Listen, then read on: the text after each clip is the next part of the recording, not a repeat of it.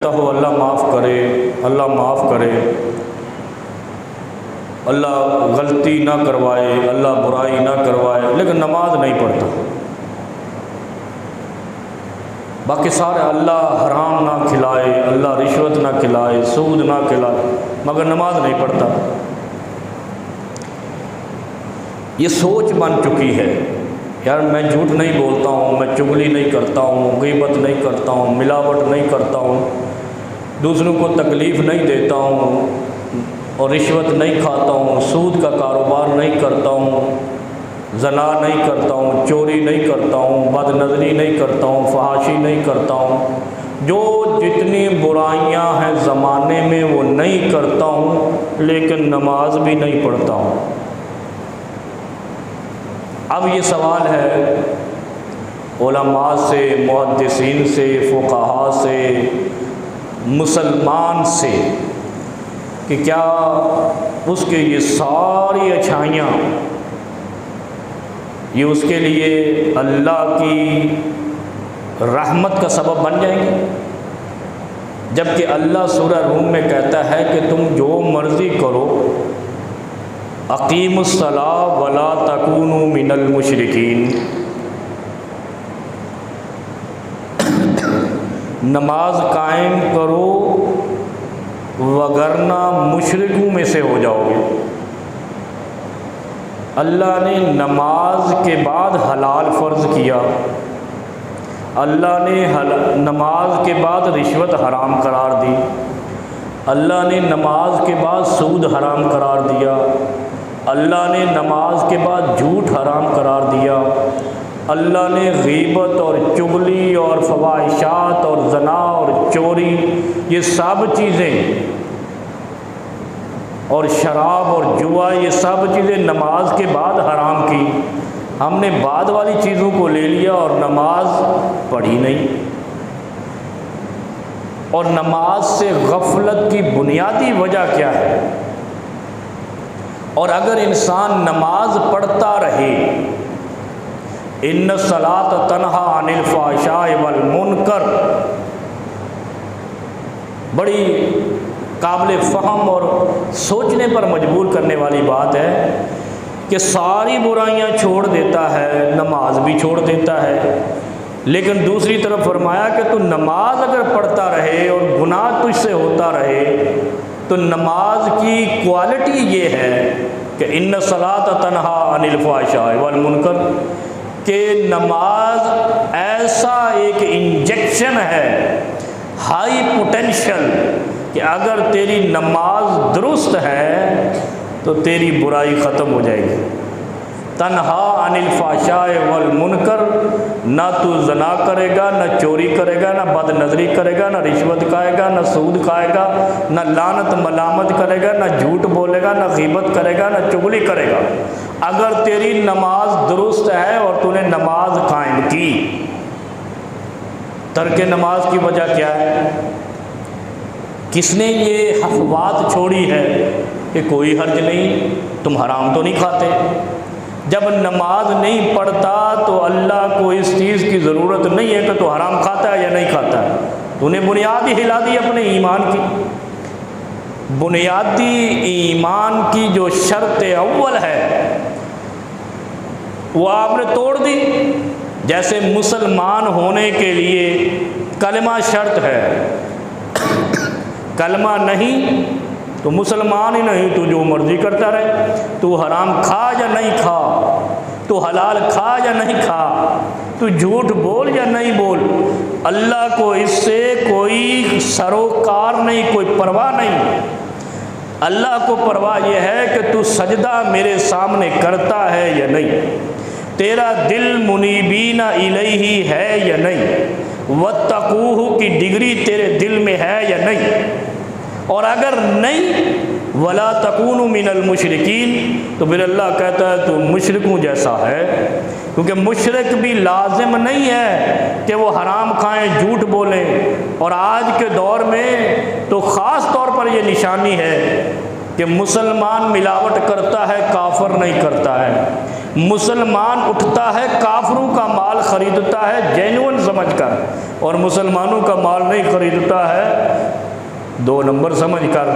تو کیا مطلب ہے اس کا کہ ہم ادھر چلے جائیں؟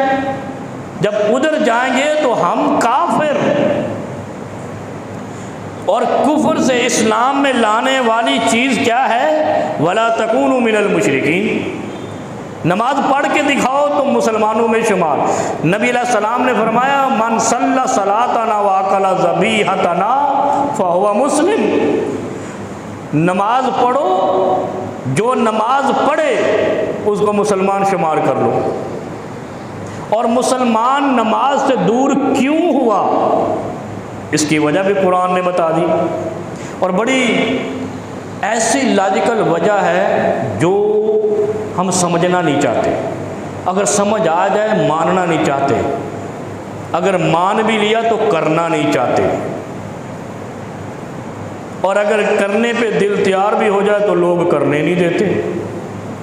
وہ کیا ہے؟ وہ بڑی زبردست چیز ہے، اور یہ اگر سمجھ آ گئی نا تو آج کا جمعہ سمجھ آ گیا۔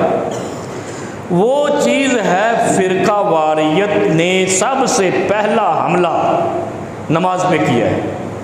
آپ دیکھ لو جتنے فرقہ پرست ملائیت ہے سب سے زیادہ جرا نماز پہ کرتی ہے۔ فاتحہ پڑھنی ہے نہیں پڑھنی، رفع یدین کرنی ہے نہیں کرنی، آمین کہنی ہے نہیں کرنی، ہاتھ کانوں تک اٹھانے ہیں کندھوں تک اٹھانے ہیں، پاؤں ملانے ہیں نہیں ملانے ہیں، تشہد میں کیا پڑھنا ہے، تسبیحات میں کیا پڑھنا ہے، رکوع میں کیا پڑھنا ہے، سجدہ کیسے کرنا ہے، ساری فرقہ واریت نماز کے اندر گھس گئی۔ اور یہ اللہ کا فرمان ہے، اللہ نے نشاندہی کی ہے۔ کیوں؟ اللہ غیب السماوات والارض، اللہ زمین و آسمان کے غیب جانتا ہے، اور جو غیب جانتا ہو وہ بھید بھی جانتا ہے کہ بندوں کے دلوں میں کیا فتنہ ہے۔ وَلَا تَكُونُوا آگے فرمایا مِنَ الَّذِينَ فَرَّقُوا دِينَهُمْ۔ پتہ یہ چلا جو نماز نہیں پڑھتے وہ فرقے بناتے ہیں، جو نماز میں چھیڑ خانی کرتے ہیں وہ فرقے بناتے ہیں۔ مِنَ الَّذِينَ فَرَّقُوا دِينَهُمْ وَكَانُوا شِيَعًا۔ کوئی نہیں سمجھتا مسلمانوں میں سے آواز صحیح ہے، اور ایسا مسلمانوں نے اپنے کانوں پہ، اپنے آنکھوں پہ، اپنے دماغوں پہ پردہ ڈالا ہے، جو ان کو صحیح کہے وہی غلط ہے، جو ان کو صحیح کرنے کی کوشش کرے وہی غلط ہے۔ میں ایک تقریر آج کل یا آج پتہ نہیں کسی وقت سن رہا تھا، وہ پچھلے جمعہ میں نے تذکرہ کیا تھا، مفتی تقی عثمانی صاحب نے نماز جنازہ میں سورہ فاتحہ پڑھی، تو وہ کیا کہتے ہیں، وہ انہوں نے مولوی پاک پہنا انہوں پتہ نہیں کیا آگتے ہیں یار، تڑپ اٹھے ہیں ہمارے مفتی، وہ دلیل لا رہے ہیں، اس نے اس وجہ سے پڑھی، اس نے اس وجہ سے پڑھی۔ ارے ہم کو اس نے فاتحہ پڑھی، بس فاتحہ سورہ فاتحہ پڑھی، الحمدللہ رب العالمین پڑھی ہے، اب تم الٹی سیدھی کلا بازیاں، ہائے ہائے ہائے، وَلَا تَكُونُوا مِنَ الْمُشْرِكِينَ۔ ایسے مشرکوں میں سے نہیں ہو جاؤ جو نماز کو ہی چھیڑتے ہیں اور کسی کو نہیں چھیڑیں گے۔ آپ شراب پی رہے ہیں نہیں پی رہے ہیں، فرقہ پرست مولوی کو غرض نہیں ہے، بس آپ کو ایک غرض ہے اس کو کہ آپ یہ نعرہ لگاؤ کہ وہابی گستاخ ہے، بریلوی مشرک ہے، دیوبندی جاہل ہے، شیعہ کافر ہے، بس آپ کا یہ نعرہ اس کی خوراک پوری۔ فرقہ پرست مولوی کی خوراک آپ کے جذبات کے ساتھ چھیڑ چھاڑ ہے، دین کی مبادیات کے ساتھ، بنیاد اسلام کے ساتھ کوئی مقصد نہیں ہے۔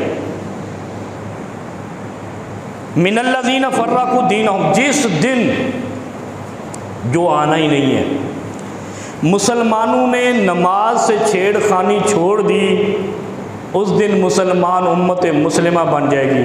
جب تک یہ نماز سے چھیڑ خانی کرتے رہیں گے اپنے فقہ اور فرقہ کی وجہ سے، اس وقت تک وہ امت المنافقین رہیں گے، کیونکہ پہچان ہی وَلَا تَكُونُوا مِنَ الْمُشْرِكِينَ، جس نے نماز میں چھیڑ خانی کی وہ مشرک ہو گیا، مشرک ہو گیا۔ اور نماز فرق بین الکفر والاسلام الصلاۃ، نبی علیہ السلام نے فرمایا کافر اور مسلمان میں فرق ہی نماز ہے، اور اگر نماز نہیں ہے تو جو مرضی کر، تو بھلے ساری زندگی جھوٹ نہیں بول، تو کافر ہے اگر نماز کا منکر ہے۔ کتنی اچھا پھر کیا فرمایا؟ من الذین فرقوا دینہم، سب سے زیادہ نماز سے جو ملت کو، امت محمد کو غافل کیا ہے نا، وہ فرقہ بندی نے کیا ہے۔ کیوں کیا ہے؟ میں اس کی مثال دیتا ہوں، اور یہ مثال منطقی ہے۔ آپ جاتے ہو نا، یہ اسٹور پہ جاتے ہو، دکان پہ جاتے ہو، کہیں پہ بھی جاتے ہو، بکرا لینے جاتے ہو، مولوی نہیں کوئی ملتا تو بکرا لینے جاتے ہو، اور مولوی بھی لینے جاتے ہیں، کمیٹیوں والے مولوی لے کے، اور جمعہ پڑھانا ہے، امامت کرانی ہے، اور پھر کیا کرتے ہیں مولوی صاحب؟ نماز لمبی نہیں پڑھانی، چھوٹی پڑھانی۔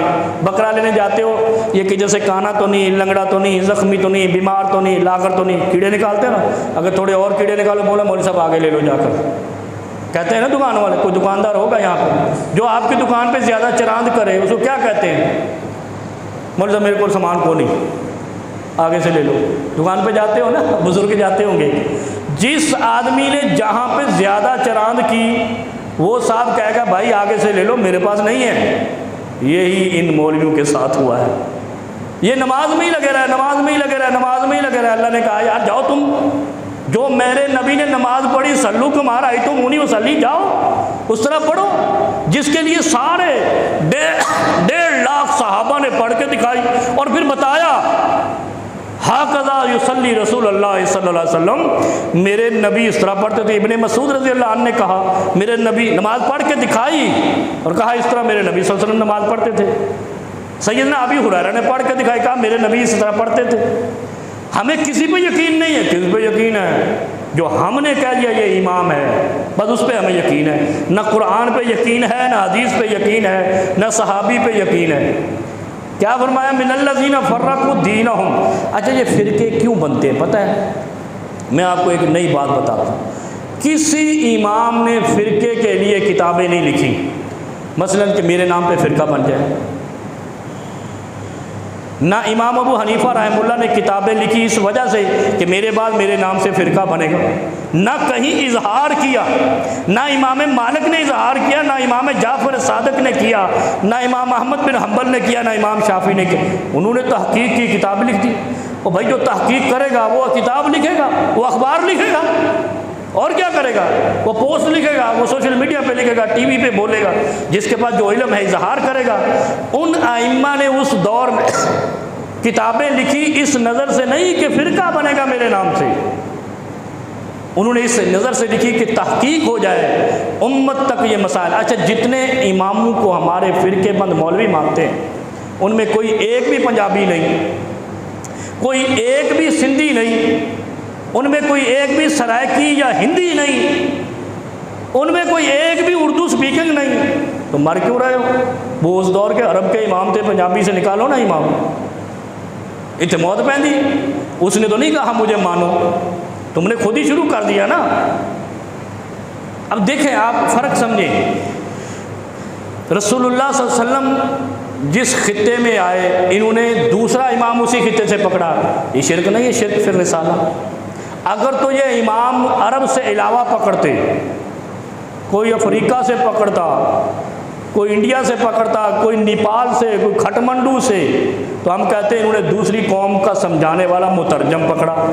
شاہ ولی اللہ محدث دہلوی کے نام پہ فرقہ نہیں بناتے، شاہ عبدالعزیز دہلوی رحمہ اللہ کے نام پہ، محدث دہلوی کے نام پہ یہ فرقہ نہیں بناتے، کیونکہ وہ عجم کے تھے، یہاں کے تھے، بر صغیر کے تھے۔ ادھر جاتے ہیں جو وہاں پہ پڑوس میں، وہاں پہ اسی خطے کا۔ تو بھائی اگر آپ کو کوئی بڑا چاہیے تو اپنے خطے سے بناؤ، پھر یہ مولوی بات بھی نہ کر سکے۔ اگر آپ نے بھی وہیں سے بنانا ہے تو پھر 2 قدم آگے چلے جاؤ، 150 سال آگے چلے جو رسول اللہ صلی اللہ علیہ وسلم مل جائیں گے۔ کیوں بریک لگاتے ہو راستے میں؟ اس لیے بریک لگاتے ہیں ایک جگہ پہ ایک ڈیزائن کے ساتھ اکٹھا ہونے کے لیے، اور وہی ڈیزائن جو ایک ہے اس کے بارے میں رسول اللہ صلی اللہ علیہ وسلم نے بھی فرمایا۔ اللہ رب العالمین نے اپنے نبی کو آگاہ کر کے بتایا کہ یہ کہہ دو ان کو، من الذین فرقوا دینہم وکانوا شیعا، کہ ان کی طرح نہیں ہو جانا جنہوں نے دین میں فرقے بنائے اور گروہ گروہ بن گئے۔ بنے ہیں نا گروہ، سنی گروہ، بریلی گروہ، دیوبندی گروہ، اہل حدیث گروہ، شیعہ گروہ، وہ تو اگلی برانچز ہیں۔ اور اس کے بعد نتیجہ کیا نکلا؟ جو محمدی تھے وہ مدینے میں رہ گئے، جو محمدی تھے وہ مکے میں رہ گئے۔ ہم نے اپنی ڈھونگ رچا رکھا ہے۔ اور اس کے بعد دین جب گروہوں میں بنا، پھر اس کا ایک سب سے بڑا کیا نقصان ہوا؟ سب سے بڑا یہ نقصان ہوا کہ ہر مولوی نے اپنے گروہ کے فضائل بنائے۔ بھئی میرے گروہ میں یہ فضیلت ہے، یہ بڑائی ہے، یہ اچھائی ہے۔ یہ نہیں کسی نے کہا مدینے والے تاجدار کے دین میں یہ بڑائی ہے۔ اس کی مثال دیتا ہوں، احناف کا ایک بہت بڑا مناظر ہے، مر گیا ہے، اس پر فتوے لگے تھے ہر مسلک کی طرف سے کہ یہ گستاخ ہے، یہ ایسے ہے، یہ ویسے، جو بھی ہے۔ آج ایک مولوی اس کی دلیل لا کے کہتا ہے مفتی تقی عثمانی صاحب نے غلط کہا، جبکہ مفتی تقی عثمانی صاحب اس مناظر سے کئی گنا بڑے عالم ہیں، کئی گنا بڑے محقق ہیں۔ اب یہ ان کے ہاں اس نے اس وجہ سے اس کا رد کیا کہ اس نے حدیث پہ عمل کیا، اور پھر اہل حدیثوں کا بھی رد کر رہا ہے۔ اہل حدیثوں کو کہہ رہا ہے کہ انہوں نے جو سورہ فاتحہ پکڑی ہوئی ہے نا جنازے میں، یہ فرض سمجھ کے پکڑی ہوئی ہے، فرض سمجھ کے، جبکہ فرض نہیں ہے نماز جنازہ میں پڑھنا۔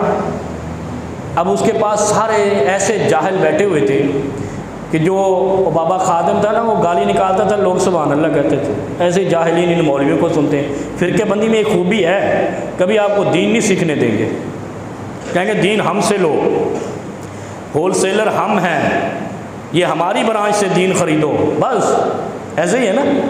فرقے کی خاصیت یہ ہے۔ اور اہل حدیث جہاں ملے گا وہ تمہیں کہے گا تحقیق کرو، نہیں تحقیق کر سکتے، لو یہ بخاری ہے، یہ یہاں پہ حدیث ہے، اس کا ترجمہ بھی آ گیا، جدید دور ہے، عرب نہیں ہے نا، عجم ہے، ہر چیز کی وضاحت ملے گی۔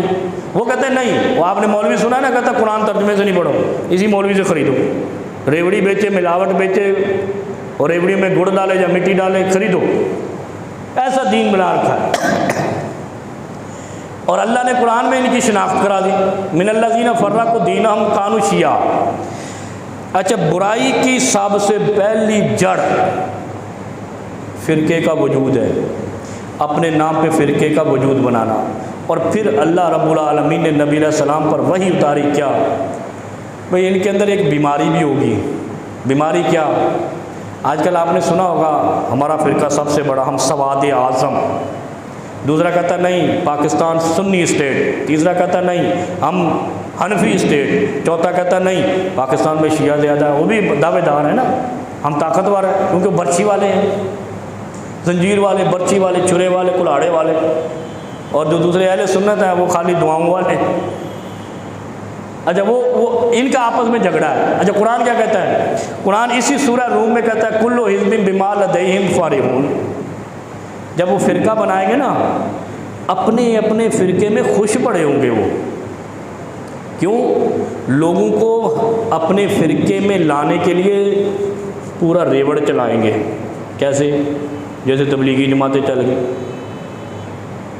اچھا، وہ ادھر سے چل رہی تھی نا، رائے گنج سے تبلیغی جماعت، فضان مدینہ والوں نے کہا یہ تو دیوبندی زیادہ ہو گئے، انہوں نے اپنی نکال لی، انہوں نے کہا سنی زیادہ ہو گئے، بریلوی زیادہ ہو گئے۔ باتیں سمجھ آ رہی ہیں؟ یہ مقابلے میں یہ دین ہے؟ نہ وہ کافر ہے، نہ یہ کافر ہے، نہ وہ پکے مومن، نہ نہیں پکے مومن۔ کیوں؟ لاکھوں کا مجمع بناتے ہیں، ٹکے کا ایمان نہیں ہے، ملک کے اندر فحاشی ہو رہی، ملاوٹ ہو رہی ہے، اسی طرح ان کے بندے بڑھ رہے ہیں۔ کیوں؟ جتنے ملاوٹ کرنے والے وہ پگڑی باندھ کے ان کے گروہ میں شامل ہو جاتے ہیں، پاکیزہ ہو گئے۔ یہ تو پھر اللہ نے قرآن میں صحیح کہا، غلط تو نہیں کہا۔ قرآن کی بات غلط نہیں ہو سکتی، جو غلط کہا ہے وہ مومن نہیں ہو سکتا۔ قرآن نے کہا کلو حزب بما لدیہم فارغون، یہ پہلے گروہ بنائیں گے، پھر گروہ پہ اترائیں گے۔ ہماری جماعت پوری دنیا میں گشت کرتی ہے، ارے خبیثو، یہ رائے گنج کے پچھلے محلے میں ملاوٹ والا گڑ بک رہا ہے، چینی بک رہی ہے، پتی بک رہی ہے، کینیا کا نام لے کے سواد کی پتی بک رہی ہے۔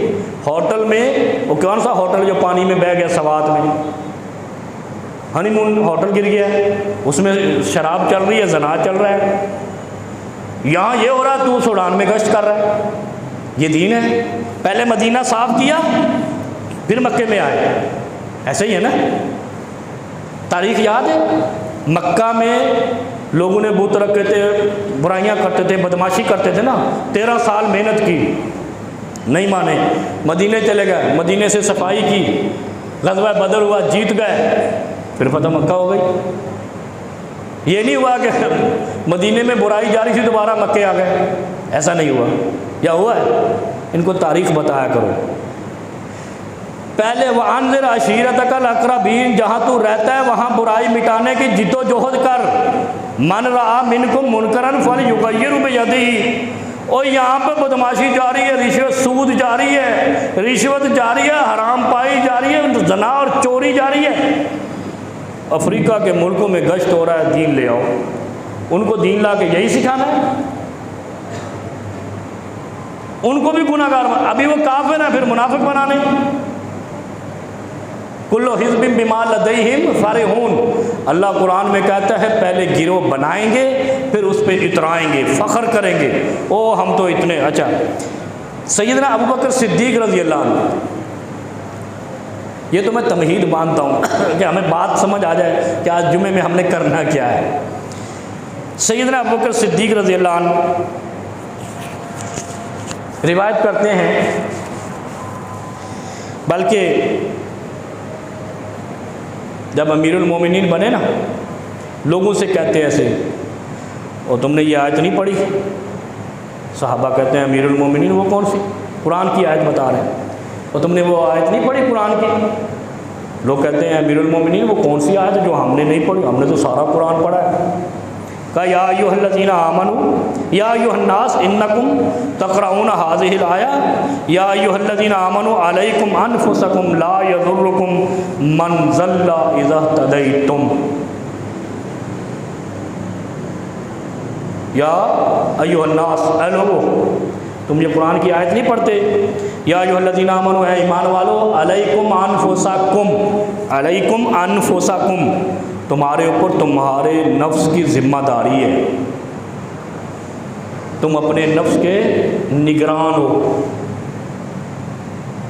اور ہم کس کے نفس کے نگران ہیں؟ دوسرے کے گریبان کے، دوسرے کے اعمال کے دیکھ کے ہماری تنقید جاری ہے، بڑا شور شرابہ کرتے ہیں، وہ جھوٹ بولتا ہے، وہ غلط کرتا ہے، وہ شراب پیتا ہے۔ اور قرآن کیا کہتا ہے؟ حضرت ابوبکر صدیق جب امیر المومنین بنے، وہ کہتے ہیں تم لوگ یہ آیت نہیں پڑھتے قرآن کی، یا ایھا الذین آمنوا علیکم انفسکم، تمہارے اوپر تمہاری جان کی ذمہ داری ہے۔ کیا ذمہ داری ہے؟ لا یضرکم من ضل۔ اب اس کی وضاحت کرتے ہیں۔ سوڈان میں جانے کی ضرورت نہیں ہے، امریکہ کو تبلیغ کرنے کی ضرورت نہیں ہے، وہاں بہت ہے، اور ایسے لوگوں کو مسلمان کر کے بھی تم نے کیا کرنا ہے؟ پہلے خود تو مسلمان ہو جاؤ۔ جو سیرت مصطفیٰ پہ عمل نہیں کروا سکتا، کر سکتا، نہ کروا سکتا ہے نہ کر سکتا ہے، وہ یہودیوں کو اور عیسائیوں کو مسلمان بنانے چلا پڑتا ہے۔ جو ملاوٹ نہیں بند کر سکتا، دھوکہ نہیں بند کر سکتا، جھوٹ نہیں بند کر سکتا، وہ افریقیوں کو مسلمان کرنے چل پڑتا ہے۔ غیر شرعی کام ہے۔ ایسے ہوتا ہے جہاد۔ جہاں برائی نظر آئی وہ برائی ختم کرو، پھر آگے بڑھو۔ یہ اصول ہے اسلام کا۔ یہ نہیں ہے کہ برائی کے اوپر سے چھلانگ لگا کے دوسرے کے گھر گھس جاؤ۔ ایسا کوئی کرنے دیتا ہے؟ نہیں کرنے دیتا۔ کیا فرمایا؟ ان الناس اذا رأوا الظالم۔ اس آیت کی تشریح کرتے ہیں سیدنا ابوبکر صدیق رضی اللہ عنہ خود، کہ جب تم کسی کو رأوا الظالم، را کہتے دیکھنا، جب کوئی ظالم دیکھو نا تم، ظالم کی تعریف آتی ہے۔ ایک تو شرک ظلم عظیم ہے، سب سے پہلا ظلم کیا ہے؟ جو بندہ مشرک ہو جائے۔ اور مشرک قرآن سورہ روم میں کیا کہتا ہے؟ جو نماز کا منکر ہے یا تارک ہے۔ کیا فرمایا؟ اقیموا الصلاۃ ولا تکونوا من المشرکین، نماز قائم کرو، ایسا نہ ہو کہ مشرکوں میں سے ہو جاؤ۔ جو نماز نہیں پڑھتا وہ مشرکوں میں سے ہو جاتا ہے۔ کبھی نہیں سمجھے ہم یہ بات۔ جو نماز نہیں پڑھتا متواتر چھوڑ دیتا ہے، وہ مشرکوں میں سے لکھا جائے گا۔ یہ قرآن سورہ روم ہے۔ اور یہاں کیا فرمایا؟ ان الناس اذا رأوا الظالم فلم یأخذ علی یدیہ، جب کوئی شخص کسی ظالم کو دیکھے اور اس پر ہاتھ نہ ڈالے۔ اچھا ہم کیا سوچتے ہیں؟ ہم حکومت کی ذمہ داری ہے، پولیس کی ذمہ داری ہے، اور تیرے خاندان پہ تو تیری ذمہ داری ہے نا، تیرے گھر پہ تو تیری ذمہ داری ہے۔ جس پہ پولیس کی ذمہ داری ہے اس پہ پولیس کو بتانا تیری ذمہ داری ہے، اور جس پہ تیری ذمہ داری ہے اس سے تجھ سے پوچھا جائے گا۔ ان الناس اذا رأوا الظالم فلم یأخذ علی یدیہ اولئک ان یعمہم اللہ بعقاب منہ۔ تیری ذمہ داری کیا ہے؟ اپنا خاندان، اپنا اہل خانہ، کلکم راع و کلکم مسئول عن رعیتہ۔ نبی علیہ السلام نے فرمایا نا کہ جب آپ اونٹنی بھی چھوڑ کے جاؤ تو اس کی ٹانگ باندھو، پھر چھوڑ کے جاؤ، اگر پھر چوری ہو جائے تو اللہ کی آزمائش۔ کھلا چھوڑ کے حضرت معاذ بن جبل کو گورنر بنایا نا نبی علیہ السلام نے یمن کا، جب بھیجا تو کہا، ان سے کہا اپنے آفس میں، اپنے گھر میں، گھر کے لفظ آتے ہیں، فی بیت، آفس تو ہوتے نہیں تھے، گھر ہی آفس تھے، کوڑا لٹکا کے رکھنا، ایک چانٹا لٹکا کے رکھنا، جس سے لوگ خوف کریں کہ گورنر صاحب کوڑے لگواتے ہیں غلط کرنے کا۔ اور یہ نشانی ہے کہ فی بیت کہہ کے، گھر کہہ کے ہر والد کی ذمہ داری ہے، اور اگر والد ہی شرابی ہو تو بیٹے کو روک لے گا۔ اگر والد ہی بار بے ایمانی کر رہا ہے، جھوٹ بول کے مال ہڑپ کر رہا ہے تو بیٹے کو روک لے گا؟ کردار تو مجہول اپنا ہے، اور شکوہ ہمارا معاشرے سے ہے، شکوہ ہمارا مملکت سے ہے، شکوہ ہمارا حکومت سے ہے کہ وہ غلط کرتے ہیں۔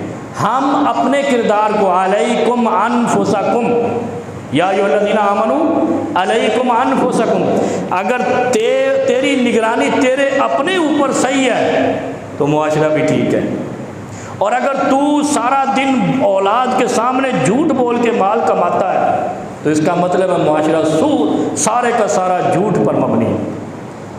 اور اس کی ایک بڑی نشانی میں آپ کو بتاتا ہوں، ان الناس اذا رأوا الظالم فلم یأخذوا علی یدیہ۔ پھر یہ حدیث مکمل کرتا ہوں، بات ختم کرتے ہیں۔ نبی علیہ السلام نے فرمایا کہ جب تم کسی ظالم کو دیکھو، کسی شرابی کو دیکھو، کسی قبضہ مافیا کو دیکھو، دھوکہ دینے والے کو دیکھو، جھوٹ بولنے والے کو دیکھو، ملاوٹ کرنے والے کو دیکھو، رشوت کھانے والے کو دیکھو، یار اتنا تو کہو شرم کرو۔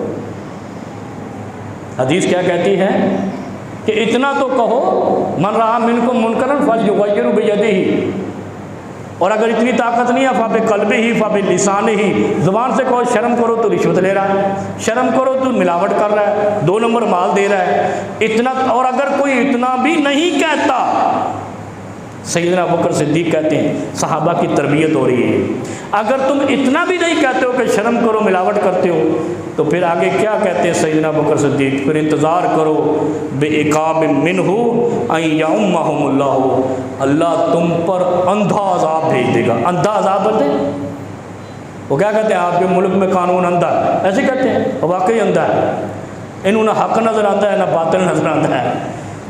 اللہ رب العالمین پھر ایسا عذاب بھیجیں گے جو اندھا ہوگا۔ اندھا کیا ہوگا؟ دونوں مارے جائیں گے۔ مولوی تقریر کر کے لوگوں کو منع نہیں کرتا، لوگ باز نہیں آتے، دونوں مارے گئے، لوگوں نے مولوی بھی بیچ میں مارا گیا، تو وہ تو عمل کرنا ٹھیک ہے۔ اگر تو حق بیان کرے تو تیری حجت قائم ہو جائے، اور اگر تو حق بیان نہیں کرتا، اوپر سے تقریر کر کے گزر جاتا ہے اور خواتین کو دین نہیں سکھاتا، گھر میں ڈرامہ مولوی ممبر پہ، تو پھر نتیجہ یہی ہے کہ تو بھی ساتھ رگڑا جائے گا۔ پھر کہتے ہیں عذاب سب پہ آتا ہو، بھائی سب پہ ان پہ آتا ہے جن کے مولویوں کا بھی کردار ویسا ہے، جیسے بنی اسرائیل کا تھا۔ بنی اسرائیل کے مولویوں کا کردار بھی مکروہ تھا، لوگوں کا بھی مکروہ تھا، ایک دوسرے کو ٹوکنے سے شرماتے تھے، اور اللہ نے سارے لپیٹ دیے۔